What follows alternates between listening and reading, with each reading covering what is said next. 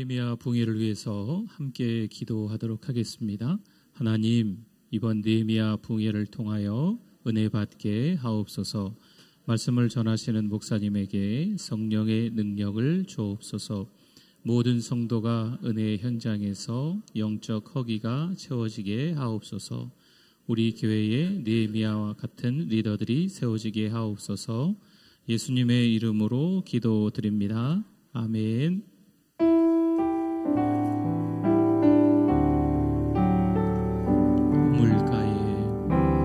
우물가의 여인처럼 난 구했네. 헛되고 헛된 것들을 그때 주님 하신 말씀, 내 샘매와 생수를 마셔라. 오 주님 채우소서. 나의 잔을 높이 듭니다. 하늘 양식 내게 채워주소서. 넘치도록 채워주소서. 많고 많은 사람들이 찾아섰네. 헛되고 헛된 것들을 주 안에 감추인 고백, 세상 것과 난 비길 수 없네. 오 주님 채우소서. 나의 잔을 높이 듭니다. 하늘 양식 내게 채워주소서. 넘치도록 채워주소서. 내 친구여 거기서 돌아오라. 내 주의 넓은 품으로 우리 주님 너를 반겨 그 넓은 품에 하나 주시리. 오 주님 채우소서. 나의 잔을 높이 듭니다. 하늘 양식 내게 채워주소서. 넘치도 우리 오른손을 높이 들고 오 주님 채우소서. 오 주님 채우소. 나의 잔을 높이 듭니다. 하늘 양식 내게 채워주소서. 넘치도록 채워주소서.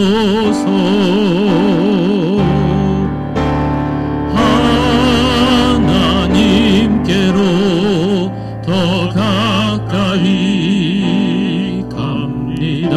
고통 가운데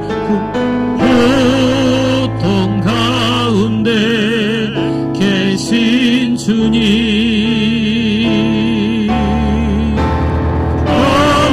변함없는 주님의 그 신사랑 영원히 주님. 우리 한 번 더 찬양할까요? 하나님께로 더 가까이 갑니다.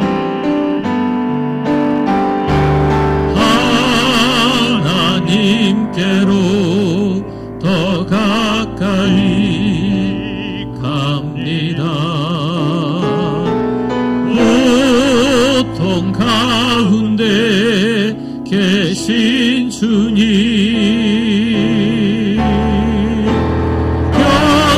변함없는 주님의 크신 사랑, 영원히 주님만을 섬기리.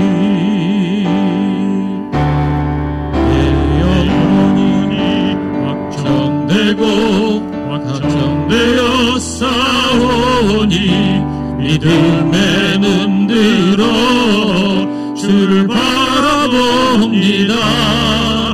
내 영혼이 확정되어 싸우니 믿음에 눈들어. 우리 한 번 더 찬양할까요? 우리 두 손 높이 들고 고백합니다. 내 영혼이 확정되어 싸우니 믿음에 눈들어 주를 바라봅니다. 내 영혼이 확정되어 싸우니 믿음에 눈들어 주를 바라봅니다. 할렐루야. 우리 하나님께 영광입니다. 우리 다 일어나시겠습니다. 주께와 엎드려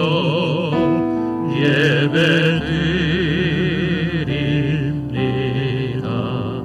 주 계신 곳엔 기쁨 가득, 무엇과도 누구와도 바꿀 수 없네. 예배드림이 기쁨 됩니다. 오라, 우리가 여호와께 노래하며 우리의 구원의 반석을 향하여 즐거이 외치자. 우리가 감사함으로 그 앞에 나아가며 시를 지어 즐거이 그를 노래하자. 여호와는 크신 하나님이시요 모든 신들보다 크신 왕이시기 때문이로다. 땅의 깊은 곳이 그의 손 안에 있으며 산들의 높은 곳도 그의 것이로다. 바다도 그의 것이라 그가 만드셨고 육지도 그의 손이 지으셨도다. 오라, 우리가 굽혀 경배하며 우리를 지으신 여호와 앞에 무릎을 꿇자. 그는 우리의 하나님이시요 우리는 그가 기르시는 백성이며 그의 손이 돌보시는 양이기 때문이라. 아멘.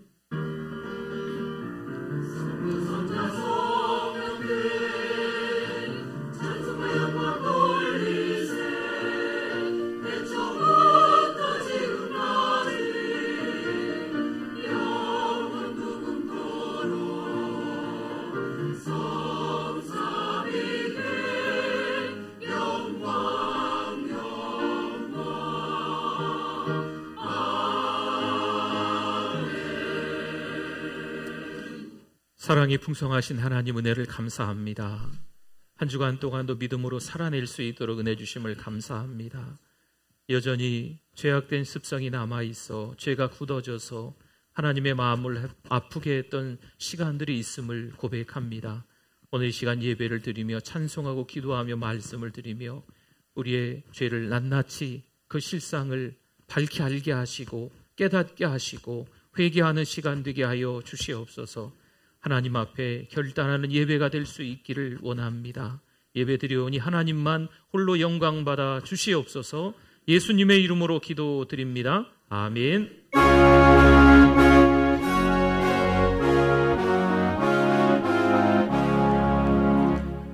사랑의 하나님 이곳에 계시니 주 영광이 성전에 가득히 넘치네.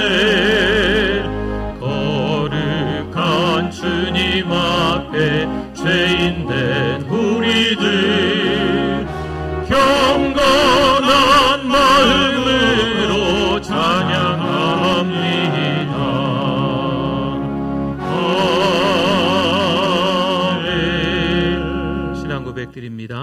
전능하사 천지를 만드신 하나님 아버지를 내가 믿사오며 그 외아들 우리 주 예수 그리스도를 믿사오니 이는 성령으로 잉태하사 동정녀 마리아에게 나시고 본디오 빌라도에게 고난을 받으사 십자가에 못 박혀 죽으시고 장사한 지 사흘 만에 죽은 자 가운데서 다시 살아나시며 하늘에 오르사 전능하신 하나님 우편에 앉아 계시다가 저리로서 산자와 죽은 자를 심판하러 오시리라.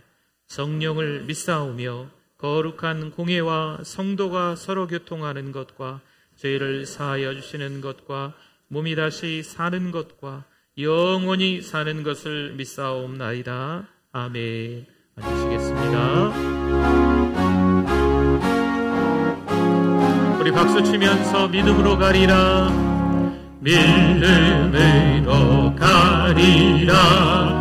주님 가신 고난의 길 주님 말씀 붙잡고 승리하며 살아가리. 주님 앞에 나아가 무릎 꿇어 간구하고 겸손하게 주님 섬겨 새 힘을 얻으리라. 고난 중에 있을 때 소망 중에 기뻐하며 주님 말씀 따라서 기쁨으로 살아가리. 주님 앞에 나아가 무릎 꿇어 간구하고 겸손하게 주님 섬겨 새 힘을 얻으리라. 악한 세력에 워싸 큰 고난이 닥쳐와도 주님 말씀 붙잡고 권능으로 물리치리. 주님 앞에 나아가 무릎 꿇어 간구하고 겸손하게 주님 섬겨 새 힘을 얻으리라.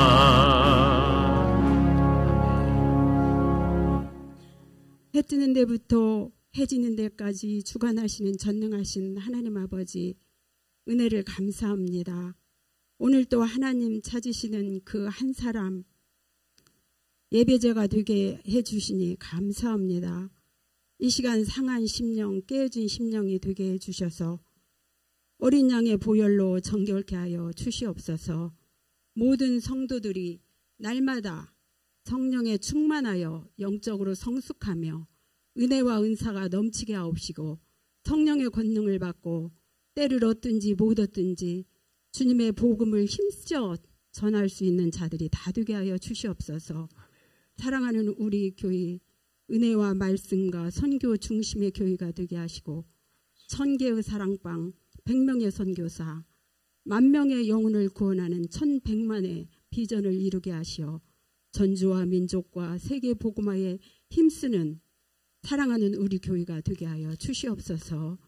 느헤미야의 부흥회를 통해서 말씀을 깨닫고 찬양을 부를 때 심령이 뜨겁게 하시고 말씀 듣는 중에 가슴이 열리어 아멘으로 화답하게 하옵시고 더욱 겸손히 낮아져 주님의 말씀에 귀 기울이시게 하시고 날마다 성령의 충만함으로 살아가게 하여 주시옵소서. 이 시간도 여전히 말씀을 통하여 큰 은혜를 받게 하옵소서. 우리 담임 목사님에게 엘리사의 영감을 갑절을 더하시고 영육간에 간근하게 하옵소서. 말씀을 듣는 우리 모두가 배에서 생수의 강이 흘러넘치는 성령 충만한 삶이 되게 하여 주시옵소서. 찬양으로 영광 돌리는 찬양대회에 함께하여 주셔서 우리 모두가 은혜 받게 하옵소서. 예배 처음 시간입니다. 마치는 시간까지 오직 하나님만 홀로 영광 받아 주시옵소서. 감사를 드리며 예수님 이름으로 기도드리옵나이다. 아멘.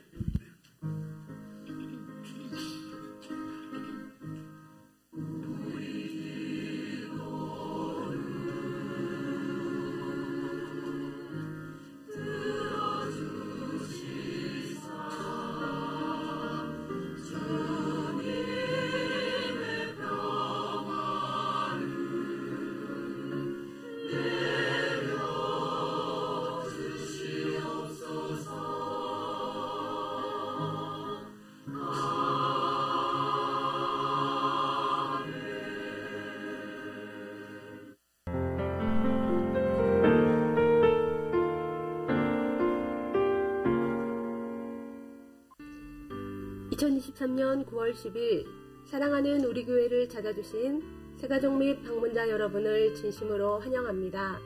우리 교회의 천사는 한 명의 새가족에게 5가지를 3번 하고 있습니다.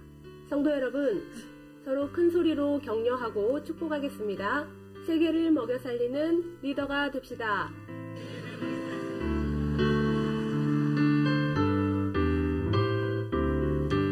이번 주간 콰이어는 남녀 서리집사입니다. 화요 기도와 주일 기도에 동참 바랍니다. 오늘 새가족 만찬 참석자들은 2부 예배 후 사랑홀로 오시기 바랍니다. 9월 한 달 동안 수요 저녁 예배, 금요 성령 집회에 느헤미야 부흥회 중입니다. 콰이어, 안내, 낭독 등 주보를 참고하셔서 참여 부탁드립니다. 전도 333 2023년 3만 명에게 복음을 전하기 위해 더 기도가 필요합니다. 이번 주 목요 전도는 믿음 1마을입니다. 마을 전도도 적극적으로 참여 바랍니다. 2023년 더 열심히 전도하기 위해 신문을 만듭니다. 후원 바랍니다. 이란 현지인 오미드 형제를 선교사로 파송합니다. 다음 주에 작정하겠습니다. 오늘 마을 목자 모임은 새가족 만찬으로 없습니다. 양육훈련 신청은 오늘까지입니다. 다음 주부터 양육이 시작됩니다. 오늘 1시 40분 새가족부실에서 남녀 선교회 회장 모임이 있습니다. 11월 16일 수능시험과 취업을 위해 기도 부탁드립니다. 입원한 분이 계십니다. 기도 부탁드립니다. 느헤미야 부흥회를 통해 은혜 받게 하시니 감사합니다. 말씀을 사모하여 모이기에 힘쓰시는 성도님들 되시기 바랍니다. 요즘 교회 현실이 어둡습니다. 신앙인들이 사라져가고 있습니다. 교회에 애정이 없습니다. 너무 부정적으로 제가 얘기하는 것 같습니까? 사실 현실이 그렇습니다.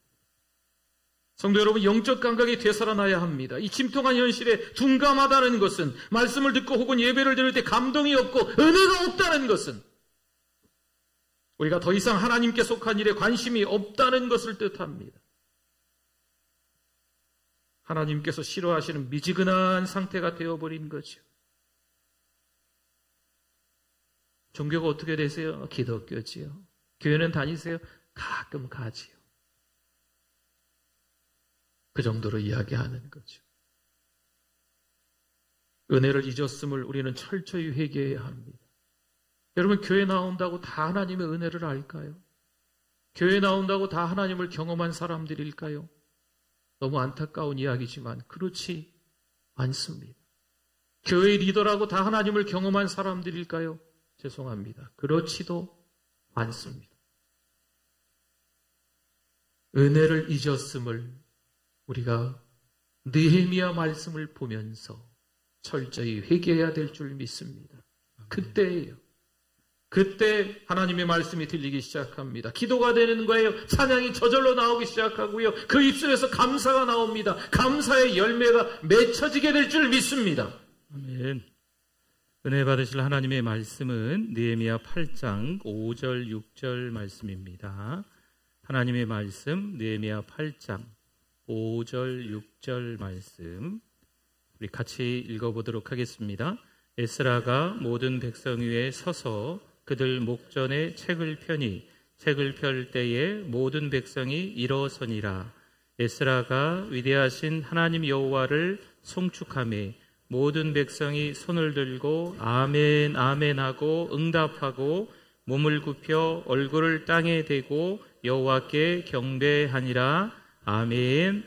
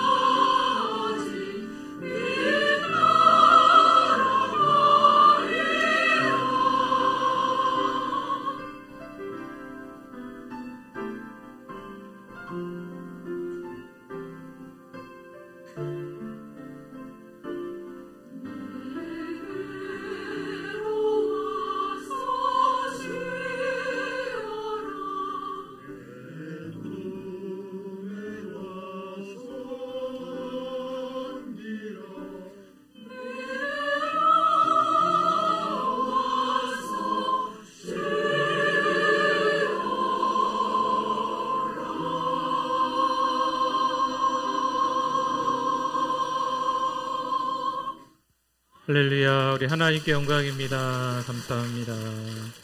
우리 새가족 임시 등록카드를 작성하신 분이 계시네요. 우리 김정미 성도님이 인도하셨는데 팔려선교회 나은희 우리 성도님, 나은희님 어디 계십니까? 잠깐 한번 일어나시면 네, 우리 환영하겠습니다. 감사합니다. 네, 감사합니다. 우리 하나님의 말씀에 대한 우리의 고백 같이 우리 성경책을 가슴에 품고 책이 없으시면 오른손을 가슴에 얹고 같이 고백합니다. 주의 말씀은 내 인생의 빛입니다. 주의 말씀은 내 삶을 변화시킵니다. 주께서 말씀하신 대로 나는 하나님의 사랑받는 자녀입니다. 나는 축복의 통로입니다. 오늘도 주의 말씀에 내 마음의 문을 엽니다. 말씀하여 주옵소서. 듣고 깨닫고 말씀대로 살겠습니다. 아멘. 우리 옆에 계신 분들, 앞에 계신 분들 보시고 우리 반갑게 우리 잘 오셨습니다. 인사 나누시겠습니다. 잘 오셨습니다. 은혜 많이 받으세요. 네. 성경에서 가장 예수님을 닮은 한 사람을 택하라면 구약 성경에서 요셉을 많이들 말합니다. 요셉 이후 예수님이 오시기까지 이스라엘의 2000년 역사와 예수님이 오신 이후 신약시대 기독교 2000년 역사 가운데서 모든 사람이 가장 닮고 싶은 인물이 있다면 그 사람도 요셉이라고 많이들 말합니다. 왜일까요? 인생을 살다 보니 어느 때는 아무것도 할 수 없는 때가 찾아옵니다. 속절없이 그냥 억울하게 보내야 하는 시간이 있습니다. 고통의 때입니다. 그러나 연단의 때이고 인내의 시간입니다. 여러분, 이런 시간을 예전에도 한번 말씀을 드렸는데 히든 타임이라고 합니다.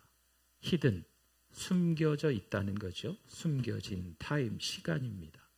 하나님의 히든 타임, 하나님이 숨겨놓은 시간이 그 안에 이유가 있다는 거지요. 누가 이끌어 가실까요?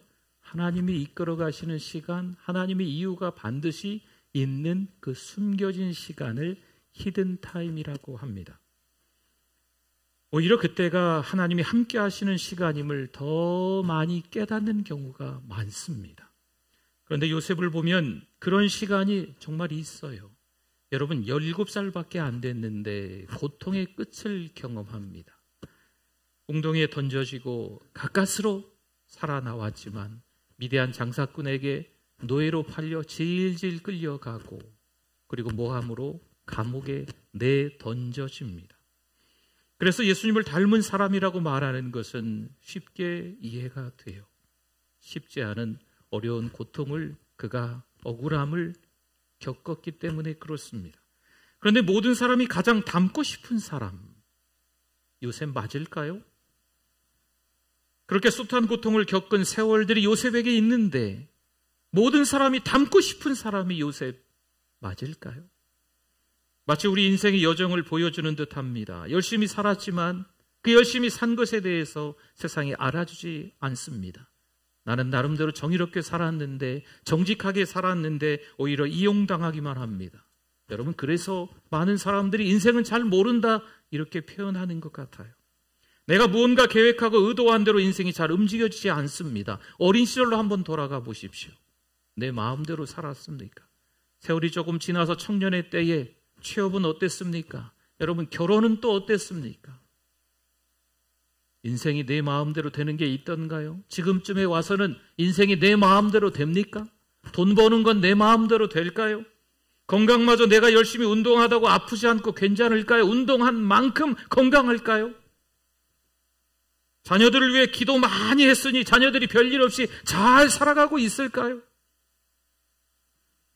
우리의 인생에서 고난이 있습니다. 억울함이 있어요. 내가 인생을 잘 사는 만큼 잘 살아야 될 것 같은데 그렇지 않은 거죠. 원통함이 있습니다. 여러분, 이게 인생인 것 같아요.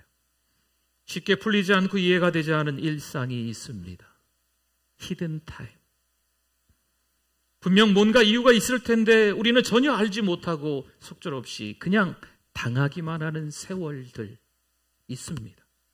선생님이 숙제를 내줬는데 도무지 풀 수 없는 숙제를 내준 거죠. 문제를 풀어오라고 하는데 문제조차 몇 번을 읽어도 이해가 되지 않는 거죠. 우리 수준으로는, 우리의 이성으로는, 우리의 어떤 방법으로는 그 숙제를 풀어낼 재간이, 이해가 될 재간이 없습니다. 성도 여러분, 이게 하나님의 히든 타임입니다. 나는 이해할 수 없지만 누구는 계획이 있으시다? 하나님은 이유와 계획이 있으시다. 억울하고 원통한 인생의 여정이지만 우리는 요셉을 뭐라고 부릅니까? 형통한 사람이라고 부릅니다. 그래서 그렇겠죠. 우리의 인생 요셉을 닮고 싶은 게 아닐까요? 이스라엘 백성은 오랫동안 우상 숭배와 형식주의, 세속화로 그 죄가 아주 딱딱하게 굳어졌습니다. 이스라엘 백성들의 그 죄는 가나안 땅 안에서는 스스로 고쳐질 수 없겠어요. 결국 하나님께서는 바벨론에 70년을 포로로 보내십니다. 그 땅 예루살렘을 다 황폐케 하나님이 만들어 버리십니다. 시련과 연단을 통해 하나님이 회개하게 만드시는 거지요. 그 상황 가운데, 그 형편 가운데 하나님을 찾게끔 하시는 거예요. 아무 일도 없었으면 여전히 우상 숭배와 세속화와 형식주의에 물들어 있을 텐데, 그 죄가 딱딱하게 굳어져 있을 텐데 하나님이 갈아엎으시는 거지요. 그래서 누구를 찾게 만드세요? 하나님을 찾게 만들고 계시는 겁니다. 그 후가 되겠네요. 포로 시대가 지나고 포로 귀환 시대가 되었습니다. 세 차례에 걸쳐 고국 예루살렘으로 귀환합니다. 먼저 스룹바벨과 함께 1차로 고국으로 대략 5만여 명의 백성들이 돌아왔다고 합니다.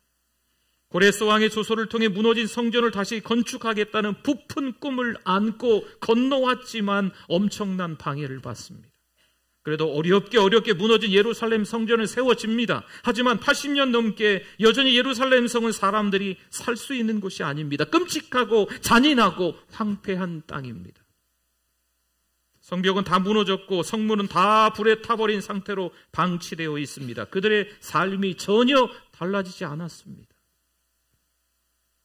두 번째로, 에스라 목사님과 함께 2000여 세대가 고국으로 돌아옵니다. 에스라가 예루살렘에 도착해서 상황을 점검해 보니까 그 상황이 별로 달라진 게 없는 거지요. 생활이 엉망입니다. 엉망진창이지요. 벌써 죄악이 이스라엘 각 계층에 널리 퍼졌습니다. 원주민들과 죄를 짓고 이방 여인과 통혼하는 거지요. 그런데 어처구니 없는 말씀이 있어요. 에스라 9장 2절 말씀에 보니까 그들의 딸을 맞이하여 아내와 며느리로 삼아 거룩한 자손이 그 지방 사람들과 서로 섞이게 하는데 누가? 방백들과 고관들이, 리더들입니다. 이 죄에 더욱 뭐가 됐다고요? 으뜸이 되었다 하는지라. 죄를 짓는 데 있어서 앞장섰다. 죄를 짓는 데 있어서 누구보다도 하나님 앞에 회개하고 누구보다도 막아서야 될 사람들인데 오히려 앞장섰다라는 말씀입니다. 에스라가 어떻게 할까요? 개혁을 외치기 전에 성전 마당에 엎드려 울며 통곡하며 기도합니다. 자신과는 상관없는 죄악임에도 백성들의 죄를 내 죄입니다 하고 고백하며 하나님 앞에 간절히 기도하는 거예요. 사랑하는 성도 여러분, 이 모습이 우리의 모습이 되기를 바랍니다. 이야, 세상 별거 없네. 한국교회 이 모양 저 모양 아이고 저쪽 교회는 뭐 엉망이네, 이쪽 교회는 엉망이네, 교회들이 왜 이 모양이야?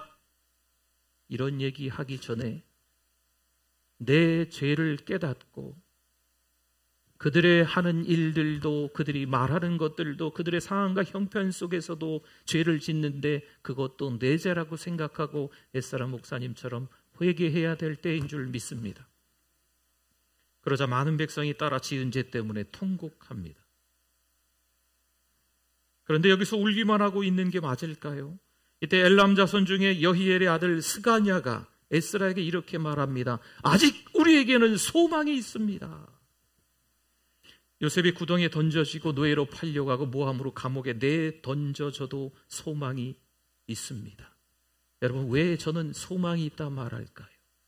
요셉의 훗날을 성경을 통해서 이미 알고 있기 때문에. 여러분도 이미 요셉이 쉽지 않은 인생의 우여곡절을 17세 때부터 겪었지만 때가 되어서 대애굽의 뭐가 돼요? 총리가 된다는 사실을 알고 있기 때문에 요셉이 지금 파란만장한 세월을 겪고도 뭐가 있다? 소망이 있다는 거예요. 하나님이 브레이크를 잡게 하신 겁니다. 이건 요셉에게 재앙이 아니라 오히려 축복인 거죠. 이루 말할 수 없는 고통들을 겪은 세월이지만 그 세월이 지나야 마침내 총리가 되기 때문에 그래요. 그런데 과연 에스라 목사님을 막아선 게 그것뿐이었을까요? 에스라 4장 7절과 8절 말씀에 보면 아닥사스다 때에 비슬람과 미드르닷과 다부엘과 그의 동료들이 바사왕 아닥사스다에게 글을 올렸으니 이 글은 아람 문자와 아람 방언으로 써서 진술하였더라. 또 누군가 또 올려요. 방백 르훔과 서기관 심세가 아닥사스다 왕에게 올려 예루살렘 백성을 고발한 그 글에 아멘. 지금 페르시아의 아닥사스다 왕에게 편지를 써서 보내는 거예요. 비슬람, 미드르다, 다부엘 그의 동료들이 편지를 쓰는 겁니다. 그리고 페르시아에서 그 땅의 사람 한 명을 르훔이라는 사람을 총독으로 보내요. 그리고 페르시아의 아닥사스다 왕의 측근인 심세가 서기관으로 지금 예루살렘에 온 거였습니다. 그런데 르훔과 심세도 아닥사스다 왕에게 편지를 써서 보냅니다. 내용이 뭘까요? 2차 귀환한 에스라와 유다 사람들이 예루살렘 성벽을 재건하면 다시는 조공과 관세와 통행세를 바치지 않을 겁니다. 뭐 이런 내용인 거죠.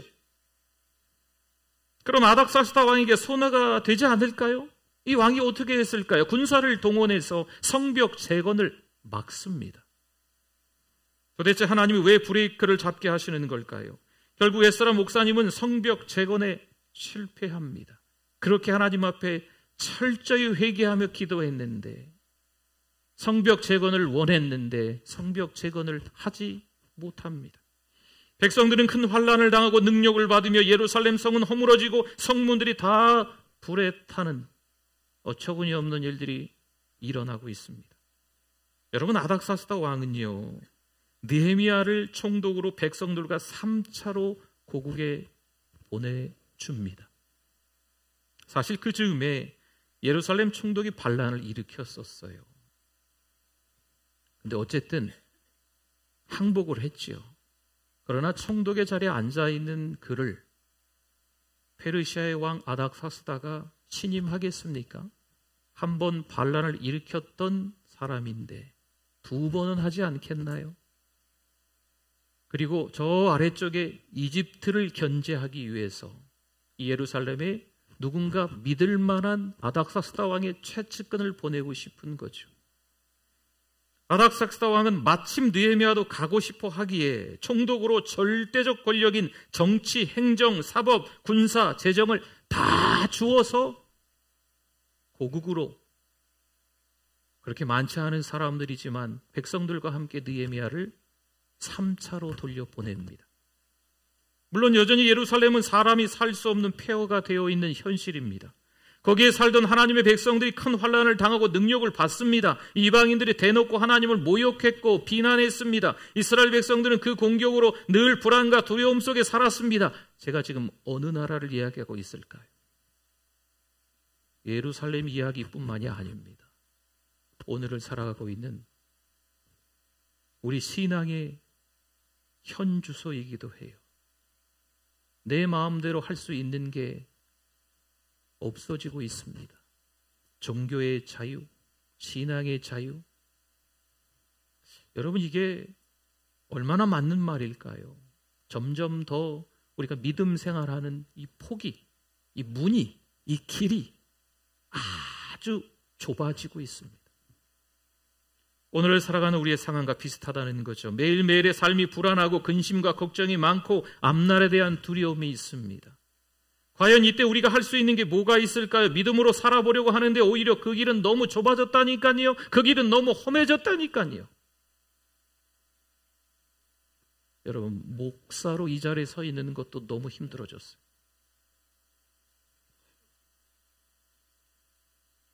신앙인으로 여러분 자리에 앉아 있는 것도 이건 보통 믿음 가지고 되는 일이 이제는 아닙니다. 교회보다 더 좋아 보이는 것이 많아졌거든요. 뭐 몇 년 안 나와도 별일 없더구만. 예전에는 예배 한 번이라도 빠지면 벼락이라도 쳐서 죽을 것 같았는데 이제는 뭐 한 번 안 나오고 두 번 안 나오고 뭐 1년 안 나오고 뭐 몇 년 안 나와도 별일이 없어. 그래서 신앙생활을 하다가 지금 쉬고 있는 사람들이 한국교회에 어마어마한 숫자로 자리 잡고 있습니다. 옛날에 우스갯소리로 안나가 성도를 거꾸로 뒤집어서 가나안 성도라고 했거든요. 근데 이 가나안 성도들이 너무나 많아졌어요. 여러분, 이 가나안이라는 말의 의미, 그 지역의 의미를 아시잖아요. 그냥 안 나오는 정도가 아니라는 거예요. 안 나오기 때문에 그 안나가를 거꾸로 뒤집어서 가나안 성도라고 하는 게 아니에요. 이제 그 가나안 땅의 현실처럼 믿음의 사람들도 되어져 가고 있는 아픔이 있습니다. 예루살렘 성벽을 재건하려는데 방해자들이 등장합니다. 산발라, 토비아, 게셈이 느헤미야와 지도자들을 찾아와서 비웃습니다. 에스라 때처럼 반역이라고 외쳐대는 거지요. 성벽을 조금 짓는데 거기 여우가 올라가도 무너질 거다. 말도 안 되는 이야기를 없는 말까지 끄집어내면서 별의 별 수단과 방법으로 오노라는 평지에서 만나서 같이 대화를 해보자. 속셈이 뻔한 거지요. 사마리아에서 가까운 지역이고 예루살렘에서는 35km나 떨어져 있는 오노라는 지역입니다. 느헤미야가 그쪽에 대화한다고 가면 느헤미야는 죽을 수 있는 거예요. 여러분, 여러 가지 방법으로 느헤미야와 그 지도자들을, 백성들을 괴롭히고 있는 현실입니다. 하나님은 왜 영적 지도자들에게 이런 일들을 겪게 하실까요? 그들의 비웃는 말들, 업신여기는 행동들, 그들을 따르는 사람들. 여러분, 그러나 그 외적인 방해 세력들, 그게 끝이 아니에요. 내부의 문제까지 생긴 거죠. 부패한 관리들로 인하여 백성들이 아픔을 겪고 있습니다. 여러분, 신앙생활 잘해야 되는 리더들인데, 하나님만 바라보고 살아가야 되는 리더들인데 세상에 기웃기웃하고 그 기웃기웃하는 모습들이 믿음의 형제 자매들에게 다 드러나는 거죠. 그러니 교회 바깥에만 문제가 아니고 교회 안에서도 동일하게 엄청나게 큰 파장을 불러일으키는 거예요. 사랑하는 성도들이요, 사랑하는 우리 교회 리더들이요, 내부에 문제가 있으면 절대로 안 됩니다. 리더들은 리더다워야 합니다. 어떻게 됐을까요? 결국 성벽 공사가 중단됩니다. 느헤미야 5장 15절 말씀을 볼까요? 나보다 먼저 있었던 총독들은 백성에게서 양식과 포도주와 또 은 40세겔을 그들에게서 빼앗았고, 또한 그들의 종자들도 백성을 압제하였으나 나는 하나님을 경외함으로 이같이 행하지 아니하고. 아멘. 이전에 전임자들은 다 이렇게 했다라고 지금 느헤미야 총독이 이야기하는 거예요. 전임자들은 다 상납금을 받았다. 유대 땅에서 정복지니까, 페르시아에서 파송한 총독이니까 이 땅에서 다 세금을 받는 거죠. 다 갖다 바치는 게 많이 있는 거, 이런 걸 다 받았었다. 전임자들은 다 받았었다. 나도 그렇게 해도 별일 없지 않겠습니까? 다들 그렇게 살아가고 있는데, 신앙을 저버리고 다들 그렇게 살아가고 있는데 나도 세상과 교회에 양다리 걸치고 있는 모습이 있어도 별로 뭐 달라질 게 없지 않겠습니까? 다들 뭐 한 잔씩 하던데, 그냥 저녁 되면 약이라고 생각하고 한 잔 먹고 자지요 뭐. 다들 그렇게 하던데. 저기 보니까 뭐 목사님도 하던데, 저기 보니까 뭐 장로님도 하던데, 뭐 이러면서 다들 그렇게 한다고 하면서 하는 일들이 늘어나고 있습니다. 그러나 느헤미야 총독을 한번 보세요. 그는 총독의 녹을 받지 않습니다. 사실 페르시아에서 받는 것만도 이 느헤미야는 어마어마하게 이미 받고 있습니다. 우리 느헤미야에서 나오는 총독의 녹을 받지 않는다라는 표현은 점령지 유대 백성에게 뜯어내는 상납금을 이야기하는 거예요. 그거를 받지 않는다는 거죠. 전임자들은 다 받았지만 그걸 느헤미야가 받지 않았다는 거죠. 여러분, 직장에서, 때로는 이웃들과의 관계에서, 때로는 교회에서조차도 잘 분별하셔야 됩니다. 대접받으려고, 대가를 받으려고, 나는 이 정도 했으니 이 정도 칭찬과 박수를 받는 게 마땅하다, 이렇게 생각하지 마시기 바랍니다. 우리는 하나님을 경외하는 사람들인 줄 믿습니다. 하나님을 경외한 느헤미야가 이런 결단을 한 것처럼 거듭난 신자인 우리들이지 않습니까? 하나님의 자녀인 우리지 않습니까? 여러분, 분별하셔야 됩니다. 아닌 건 아닌 거죠. 그런데 우리는 종종 어떨까요? 손을 내밉니다. 종종 박수를 받고 싶어 합니다. 내가 이 정도로 헌신하고 섬겼으니까 나를 이 정도로 대접해 주는 건 당연하지 않겠어. 뭐 좀 했다고 목소리가 커지고 어깨에 힘이 들어갑니다. 예전에는 그런 분이 아니었는데 리더가 되고 난 이후에 사람이 완전히 돌변하는 경우를 종종 봅니다. 이스라엘 백성들이 왜 그 처참한 현실에 놓여 있을까요? 자신을 몰라서예요. 정체성이라고 하죠. 아이덴티티. 주제 파악이 안 되는 거예요. 자기가 어떤 사람이었는지, 그러나 하나님의 은혜로 지금까지 살아온 것을 이스라엘 백성들이 지금 망각하고 있는 겁니다. 하나님의 은혜로 살아가는 거 우리도 마찬가지인 줄 믿습니다. 그런데 뭐만 잘 되면 자꾸 하나님보다 앞서려고 해요. 기도보다 성령보다 앞서는 거죠. 목사고 뭐고 필요가 없습니다. 이제 자기 생각이 맞으면 주장하고 떠들어대고 교회를 뒤집어 엎는 일들이 너무 비일비재해졌어요. 목사인 저조차도 이런저런 일이 생기면 섭섭함이 생겨요. 여러분, 이거 잘못된 겁니다. 이건 아니죠. 교회에서 섭섭병이 걸리면 안 돼요. 아직도 지금 정체성이 없는 거지요. 나는 하나님의 자녀야. 하나님의 자녀인데 그 자녀는 하나님의 은혜로 하나님께서 하나님의 아들 예수 그리스도를 어디에 못 박혀 죽이셨어요? 십자가에 못 박혀 죽이시면서 내 죄를 다 대속해 주신 거지요. 죄의 종로로 타면서 질질 끌려다닐 수밖에 없는 인생인데 속량해 주신 거지요. 그래서 하나님의 자녀가 된 줄 믿습니다. 그래서 거듭난 신자가 된 거예요. 여러분, 이게 우리의 정체성입니다. 근데 이 주제 파악이 안 되는 거지요. 물론 느헤미야를 통해서 무너진 성벽을 재건하는 것도 중요합니다. 하지만 더 중요한 것이 있다는 거예요. 여러분, 느헤미야가 페르시아에서 예루살렘으로 총독으로 와서 12년 동안 있게 됩니다. 근데 성벽은 며칠 만에 완공이 되지요? 성벽 재건은 52일 만에 끝나요. 12년 동안 느헤미야가 겨우 성벽 하나 재건하고 끝냈을까요? 여러분, 진짜 이 성벽 하나, 가시적인 거, 보이는 성벽 하나 삥 눌러서 하나 한 걸로만 만족하려고 하나님이 느헤미야를 그 예루살렘에 보내셨을까요? 아닙니다. 진짜 중요한 건 이스라엘 백성들의 영적인 부흥인 줄 믿습니다. 눈에 보이는 성벽 재건도 중요하지만 눈에 보이지 않는 이스라엘 백성들의 신앙 재건이 더 중요하기 때문입니다. 1절 말씀 한번 다시 보겠습니다. 이스라엘 자손이 자기들의 성읍에 거주하였더니 7째 달에 이르러 모든 백성이 일제히 수문학 광장에 모여 학사 에스라에게 여호와께서 이스라엘에게 명령하신 모세 율법책을 가져오기를 청하매 아멘. 여러분, 모든 백성이 한꺼번에 다 모이게 됩니다. 오늘 성경에서는 뭐라고 표현합니까? 일제히 모였다. 지금 어느 때일까요? 52일 만에 성벽 재건이 끝난 후입니다.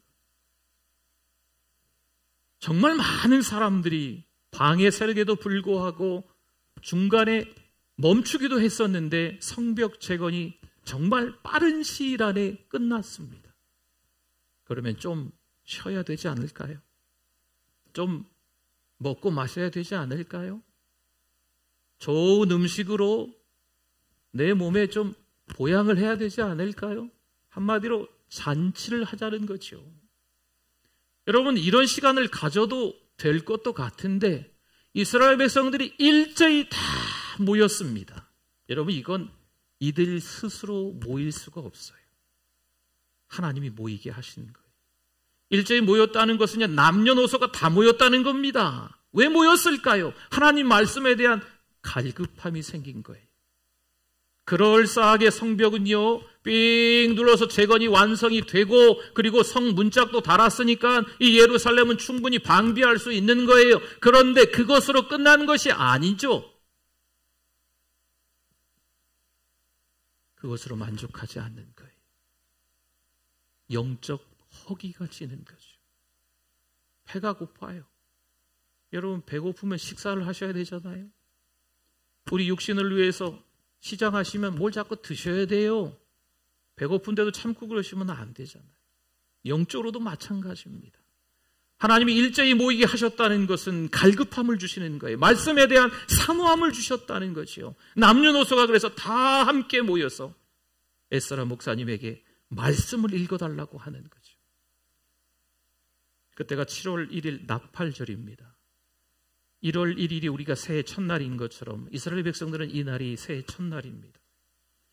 새해 첫날 에스라는 수문학 광장에서 새벽부터 정오까지 무려 6시간 동안 큰 소리로 율법책을 읽어줍니다. 백성은 모두 율법책에 읽는 소리에 귀를 기울이는 거죠. 에스라가 높은 단 위에서 읽기에 책 펴는 것을 누구나 볼 수 있습니다. 책을 펴면 백성들은 모두가 다 일어나는 거예요. 에스라가 위대하신 주 하나님을 송축하면, 찬양하면 백성들은 모두 손을 번쩍 들고 아멘! 아멘! 하면서 응답하는 거죠. 그리고 엎드려 얼굴을 땅에 대고 여호와께 경배하고 있습니다. 여호와의 말씀을 듣고 깨달은 백성들. 그 다음에 반응은 어떨까요? 회개의 눈물을 흘립니다. 감사의 눈물, 결단의 눈물을 흘리는 거죠. 여러분, 하나님의 말씀에 대한 사모함들이 있으면 이 예배를 허투루 드리지 않습니다. 소홀히 드리지 않습니다. 예배를 드리는데 예배의 태도, 예배를 드리는데 그 마음, 예배를 드리는데 어떤 반응들, 정말 소홀히 여기지 않습니다. 은혜를 사모하면 그 은혜에 대한 반응이 진짜 드러나기 마련입니다. 말씀을 간절히 사모하면 그 말씀에 대한 애타는 심령이 되는 거예요. 여러분, 배가 고프면 정말 밥 달라고 하잖아요. 가난하게들은 말을 못하니까 그냥 울어 제끼죠. 우리는 어떻습니까? 밥 달라고 얘기하잖아요. 밥 먹으려고 뭔가를 준비하지 않습니까? 배가 고프니까. 영적으로 배가 고픈데 맹숭맹숭하게 있으면 그게 맞습니까?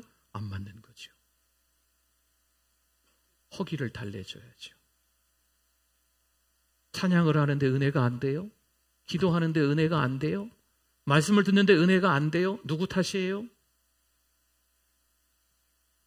누가 그러더라고요. 목사님이 다 재운 거니까 목사님 탓이라고. 우스갯소리로 하시는 말씀들이겠죠. 누구 탓할 게 못 됩니다. 여러분, 예배를 사모하며 예배를 통해 성공자가 되는 건 내가 하나님의 은혜를 기다리고 하나님의 은혜에 깊이 들어가는 거예요.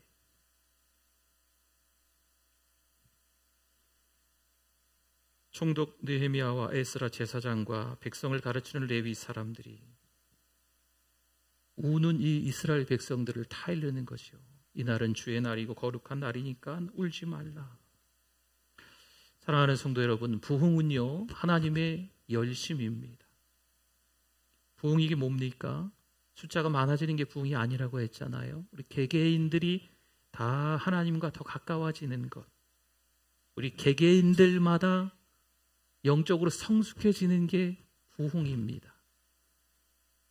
이건 누구의 열심으로? 하나님의 열심으로 되는 거예요. 그래서 부흥은 하나님의 열심입니다. 요셉의 삶을 들여다보면 알 수 있어요. 하지만 하나님의 히든타임입니다. 분명한 하나님의 이유가 있다는 거죠. 하나님이 어렵게 힘들게 원통하게 만드시는 이유가 있습니다. 하나님이 불의 끈을 잡게 하시는 이유가 있다는 거죠. 지금 요셉을 부흥하게 만드시는 거예요. 요셉이 영적으로 성장하게끔 만드시는 거죠. 억울하고 원통함이 왜 요셉에게 없겠습니까? 많은 요셉이 나중에 대국의 총리 대신이 된 걸 우리가 알잖아요. 총리가 되고 난 이후에 요셉이 어떻게 했는지 우리가 성경을 통해서 이미 알고 있지 않습니까? 역사적으로도 증명이 되어 있습니다. 그렇기 때문에 요셉은 온갖 숱한 고난을 겪었지만 그것이 신앙의 발판이 되는 거죠. 한 계단 한 계단 영적으로 성장해 나아가는 거예요. 부흥해 나아가는 거예요. 이건 누가 하셨다? 하나님이 하셨다. 브레이크를 잡는 것도 하나님이 하시는 거고, 악셀을 밟으시는 것도 하나님이 하시는 거고. 시편 119편 131절 말씀에 내가 주의 계명들을 뭐함으로? 사모함으로 내가 입을 열고 어떻게 해요? 헐떡였나이다. 아멘. 말씀에 대한 사모함이 있으면요, 헐떡일 수밖에 없는 거예요. 예배의 성공자가 되기 위해서 몸부림칠 수밖에 없다는 거죠. 여러분, 세상이 그렇게 좋습니까? 너무 호락호락하게 세상에게 넘어가지 않았으면 좋겠습니다. 뭘 더 하나님 앞에 요즘 요구하십니까? 뭐가 그리 하나님께 서운하다고 하십니까? 지금까지도 하나님 주신 은혜가 너무나도 큰 줄 믿습니다. 우리는 어떻게 해야 할까요? 예배를 사모해야 됩니다. 말씀을 사모해야 됩니다. 시편 29편 2절 말씀에 여호와께서 그의 이름에 합당한 영광을 돌리며 거룩한 옷을 입고 여호와께 뭐 할지어다? 예배할지어다. 아멘. 눈에 보이는 성벽 재건 하나 때문에 느헤미야를 보내신 게 아닙니다. 성벽 재건은 단 52일 만에 끝났어요. 그러면 느헤미야가 그것 때문에 왔으면 바로 페르시아로 돌아갔어야지요. 그러나 12년 동안 느헤미야가 머뭅니다. 물론 느헤미야가 12년 동안 머물다가 페르시아로 돌아갔어요. 갔다가 한 10여 년 정도가 지나고 다시 예루살렘으로 돌아와 봤습니다. 그게 느헤미야 13장의 스토리예요. 근데 이스라엘 백성들이 어떻게 변했을까요? 하나님 앞에서 은혜 받고 말씀에 아멘 아멘 하면서 하나님과 약속했던 것들을 잘 지키고 있을까요? 느헤미야 13장은요, 그 약속대로 하지 않은 게 아주 적나라하게 다 드러나 있어요.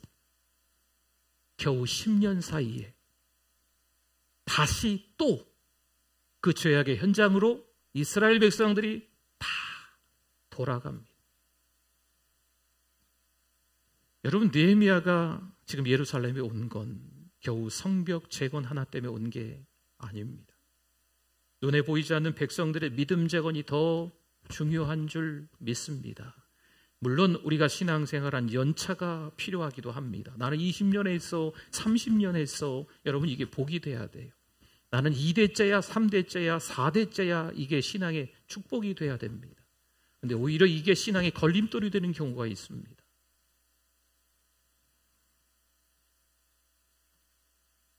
왜 하필 이 시련을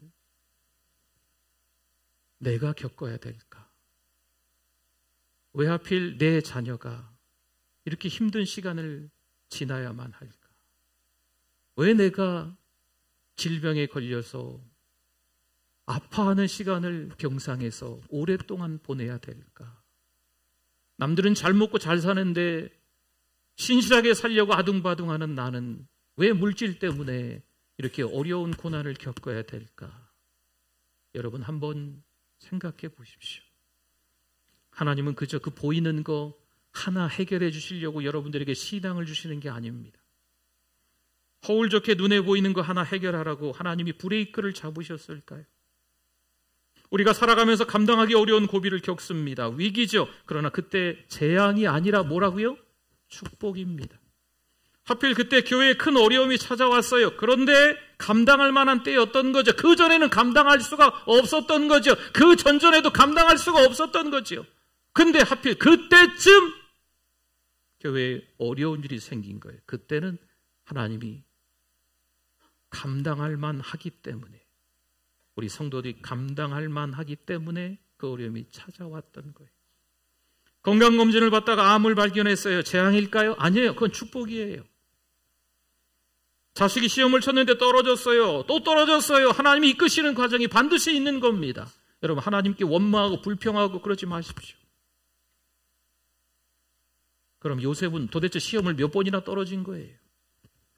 아무리 시험을 떨어져도 때가 되어서 요셉은 총리가 되는 줄 믿습니다. 여러분, 총리가 애굽에서 되는데 무슨 학력으로 되고 시험으로 되는 거라면 요셉은 될까요? 대애굽의 날고기는 스펙을 가진 사람들이 한두 명이겠습니까? 오직 그들의 꿈은 총리다. 이 꿈을 갖고 애굽에서 공부하고 준비했던 자들이 한두 명이겠냐고요. 그들의 스펙과 비교하면 요셉은 아무것도 아니죠. 계속 시험에 떨어졌는데 그런 자격이 전혀 없지 않습니까? 하나님이 하신 줄 믿습니다. 잘 먹고 잘 살았는데 망했어요. 하나님의 히든 타임이 있는 거예요. 하나님이 우리 인생의 브레이크를 잡게 하신 이유가 분명히 있는 것을 깨닫기를 바랍니다. 그때죠. 우리가 어떻게 해야 할까요? 로마서 8장 28절 말씀은 같이 한번 읽어보겠습니다. 우리가 알거니와 하나님을 사랑하는 자 곧 그의 뜻대로 부르심을 입은 자들에게는 모든 것이 합력하여 선을 이루느니라. 아멘. 하나님은 어떤 위기도 없을 거다 말씀하시는 게 없어요. 하나님은 아프지 않을 거야 말씀하지 않으셨어요. 하나님은 망하지 않을 거야 말씀하지 않으셨어요. 하나님은 돈 떨어지지 않을 거야 말씀하지 않으셨어요. 하나님은 자식이 무조건 잘 될 거야 말씀하지 않으셨어요. 오늘 성경에 보니까 모든 것이 합력하여 선을 이룰 거라 말씀은 하셨습니다. 성공할 때도 있습니다. 실패할 때도 있습니다. 위기가 있을 때도 있습니다. 기회가 찾아올 때도 있습니다. 그런 것들이 모든 것이 합력하여 선을 이루는, 하나님이 일부러 브레이크를 잡게 만드시는 숨겨진 의도가 있으시다니까요. 어떠한 일 앞에서도 하나님의 말씀 앞에서 일어서시고 손을 드시고 아멘 아멘 하며 납작이 엎드려 하나님을 경배하실 수 있는 우리 모두가 되실 수 있기를 축원합니다. 오늘 말씀 기억하면서 짧은 시간 회개하셔도 좋겠습니다. 짧은 시간 결단하셔도 좋겠습니다. 우리 주여 한번 부르시고 기도합니다. 주여, 하나님 아버지 은혜를 감사합니다. 부끄럽습니다. 연약합니다. 하나님, 원망했습니다. 하나님, 이게 아니잖아요. 왜 하필 접니까 하는 시간들이 있었습니다. 하나님 아버지, 그러나 다시 한번 우리에게 느헤미야를 통해서 은혜를 주시는 줄 믿습니다. 하나님, 한 가지 일 때문이 아니고 영적인 일 때문에, 영적인 부흥 때문에 하나님이 하시는 일이 있는 줄 믿습니다. 하나님이 감당케 하실 만한 믿음을 주시는 줄 믿사오니 감당할 만한 우리 모든 성도들 되어질 수 있도록 하나님 은혜 베풀어 주시옵소서. 하나님 아버지, 은혜를 감사합니다. 여러 가지로 혼란한 틈을 타서 사단 마귀가 우리를 시험 들게 합니다. 지금까지 어떻게 쌓아놓은 신앙인데 한순간에 바닥으로 추락하게끔 사단 마귀가 만들고 있습니다. 근신하여 깨어 우리의 신앙을 지키게 하여 주시옵소서. 오직 하나님만 바라보고 일제히 함께 모여서 영적 허기가 채워지는 시간이 되게 하여 주시옵소서. 느헤미야 부흥의 가운데 성령께서 역사하여 주실 줄 믿습니다. 예수님의 이름으로 기도드립니다. 아멘. 우리 오른손을 들고 찬양합니다. 주는 나의 큰 능력, 주는 나의 큰 능력, 주는 나의 큰 소망. 내가 항상 주님만을 섬기겠습니다. 주님만을 섬기리. 아멘. 우리 정성껏 준비한 예물 드립니다.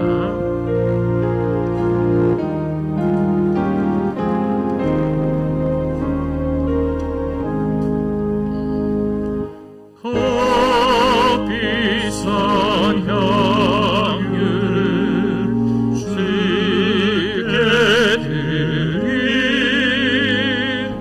막달라 마리아 본받아서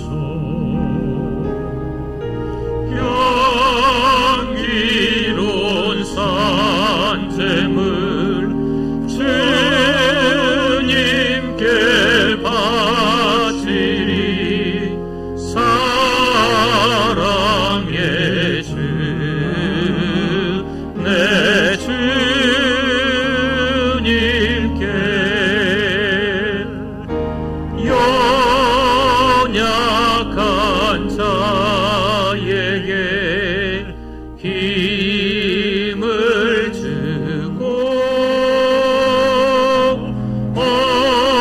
어두운 세상에 빛을 비춰 성실과 인내로 내 형제 이끌리 사랑의 주 내 주님께 두려운 마음에 소망 주고 슬픔에 쌓인 자 위로하며 길 잃은 자들을 친절히 이끌리 사랑의 주 내 주님께 인생의 황혼이 깃들어서 이 땅의 수고가 끝나. 우리 다 일어나시겠습니다. 주님을 섬기다 가겠습니다. 주님을 섬기다 평안히 가리라. 사랑의 주 내 주님께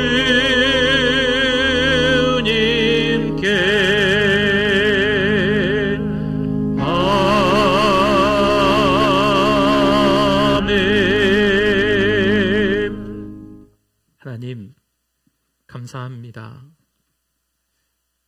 신앙으로 살아가려고 하는데 억울한 일이 생기네요. 원통한 일이 생깁니다. 그러나 그때 하나님 바라보게 하여 주시옵소서.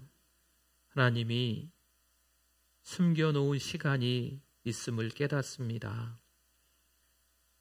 힘들어서 성벽 재건이 중단됐는데 하나님이 그렇게 브레이크를 잡게 하신 이유가 있었습니다. 그래서 오히려 더 빨리 52일 만에 성벽도 재건되고 이스라엘 백성들이 더 하나가 되어서 영적 허기를 채우는 사건이 있었나 봅니다. 하나님, 우리도 이 말씀 기억하여서 일제히 한마음 한뜻으로 한 성령 안에서 사랑하는 우리 교회 모든 성도들이 하나가 되어 각 개개인들이 부흥하는 심령이 되게 하여 주시옵소서. 이 시간에도 예배를 소홀히 여기지 않고 하나님이 찾으시는 예배자 되어 찬송하고 기도하고 말씀을 들으며 또 예물을 올려드립니다. 절대 주권이 하나님께 있음을 인정하는 시간이었습니다. 모든 우리의 삶을 하나님의 은혜로 지켜주시는 줄 믿습니다. 하나님, 사랑하는 우리 다음 세대들을 기억하여 주시옵소서. 세계를 먹여 살리는 리더가 되게 하여 주시옵소서. 어릴 때부터 부모의 믿음, 우리 신앙의 선배들의 믿음을 눈여겨보면서 신앙으로 성숙해질 수 있게 하여 주시옵소서. 사랑하는 우리 교회 모든 리더들이 정직하게 하시고 하나님의 말씀 앞에 고개를 숙이게 하시고 또 앞으로 느헤미야 같은 리더들이 더 많이 세워질 수 있도록 은혜를 베풀어 주실 줄 믿습니다.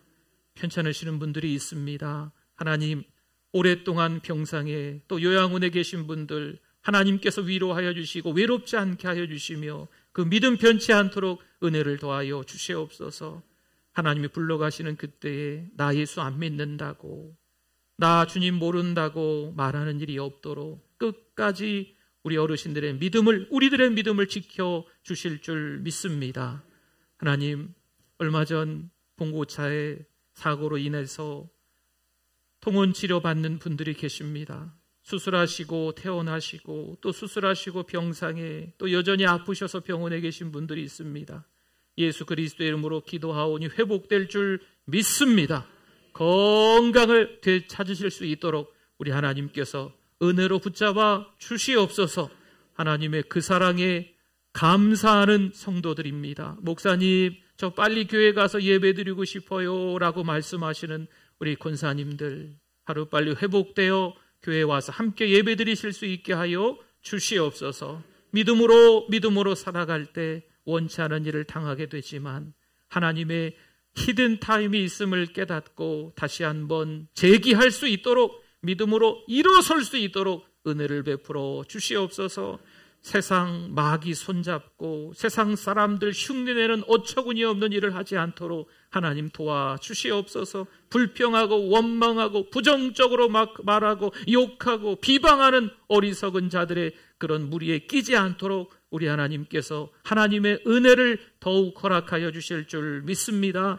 여전히 우리 오늘 세 가족이 함께 환영의 만찬을 하려고 하는데 은혜 허락하여 주실 줄 믿습니다. 느헤미야 부흥회도 아직 시간이 계속되고 있습니다. 시간마다 성령 충만케 역사하여 주시옵소서. 믿음으로 살아가는 한 주간 될 줄 믿고 예수 그리스도의 이름으로 간절히 기도드립니다. 아멘. 지금은 우리 주 예수 그리스도의 은혜와 하나님 아버지의 그 크신 사랑하심과 성령님의 위로교통 충만하심이 믿음으로 살아가는 하나님의 백성들 위해 영원토록 함께 있을지어다. 아멘.